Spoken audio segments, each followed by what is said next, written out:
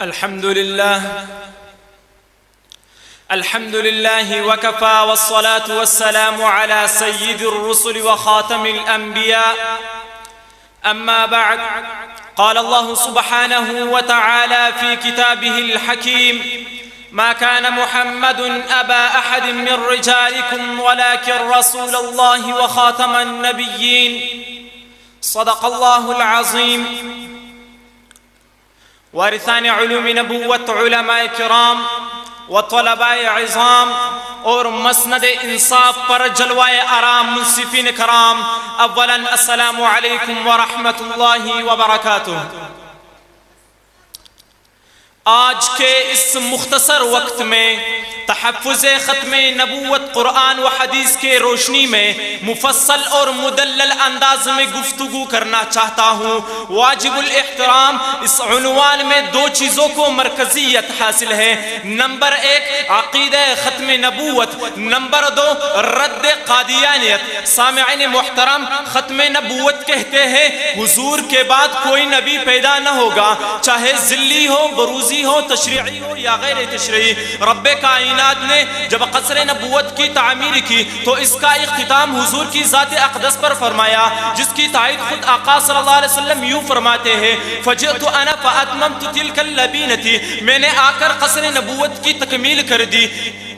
قرآن مجید کی 100 آیات، 200 احادیث، اجماع صحابہ و تابعین، اجماع فقہاء و محدثین ختم نبوت کی عکاسی کرتے ہیں، اور 1,24,000 کم و بیش انبیاء کرام علیہ السلام کی کمال منصب نبوت دو چیزوں سے مزین ہوتا ہے: نمبر ایک ما قبل نبی کی تصدیق کرنا، نمبر دو ما بعد والے نبی کی خوشخبری دینا. چنانچہ حضرت عیسیٰ بھی اعلان کرتے ہیں: انی رسول اللہ الیکم مصدقا لما بین یدی من التوراۃ ومبشرا برسول یأتی من بعد اسمہ احمد. مگر میرے آقا کی کمال منصب نبوت اعلان ختم نبوت پر ہوتا ہے. چنانچہ رب لم یزل سورۃ الاحزاب آیت نمبر 40 میں ارشاد فرماتے ہیں: ما کان محمد ابا احد من رجالکم ولکن رسول اللہ وخاتم النبیین. اس آیت کی تفسیر میں خود آقا صلی اللہ علیہ وسلم یوں فرماتے ہیں: انا خاتم النبیین لا نبی بعدی. اور سورۃ المائدہ آیت نمبر 3 میں ارشاد فرماتے ہیں: اليوم اکملت لکم دینکم. اس آیت کی تفسیر میں رئیس المفسرین حضرت عبداللہ ابن عباس رضی اللہ تعالی عنہ فرماتے ہیں: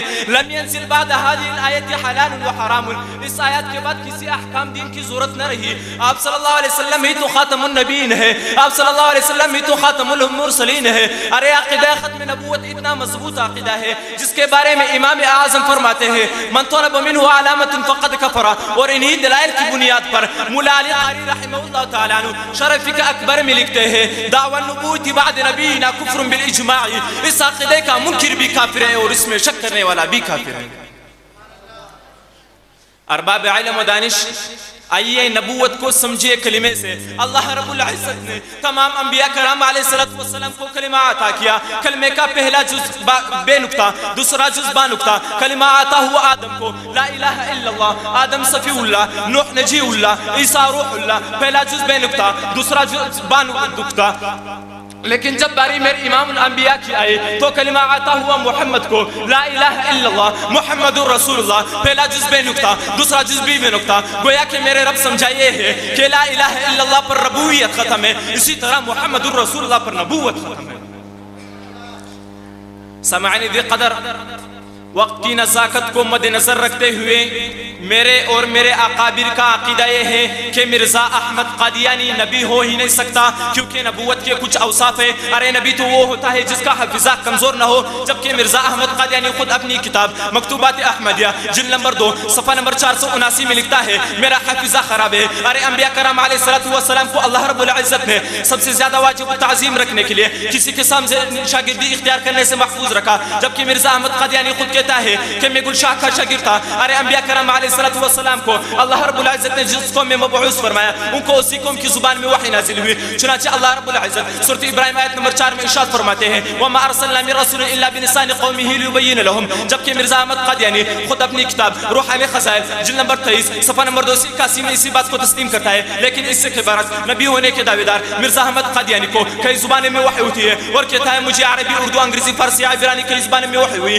ارے انبیاء کرام علیہ السلام کو سب سے زیادہ واجب تعظیم رکھنے کے لیے یہ مقدس وجود تہذیب اخلاق اور صبر و تحمل کے پہاڑ ہوتے ہیں. کسی کی سخت کلامی پر بھی اپنی اخلاق کا دامن ہاتھ سے نہیں چھوڑتے. جبکہ مرزا احمد قادیانی نکتہ چینیوں صبر تحمل کے پہاڑ ہوتے ہیں. جبکہ مرزا احمد قادیانی خود اپنی کتاب مکتوبات احمدیہ جلد نمبر 2 صفحہ نمبر 31 پر تمام مسلمانوں کو ولد الحرام کہتا ہے.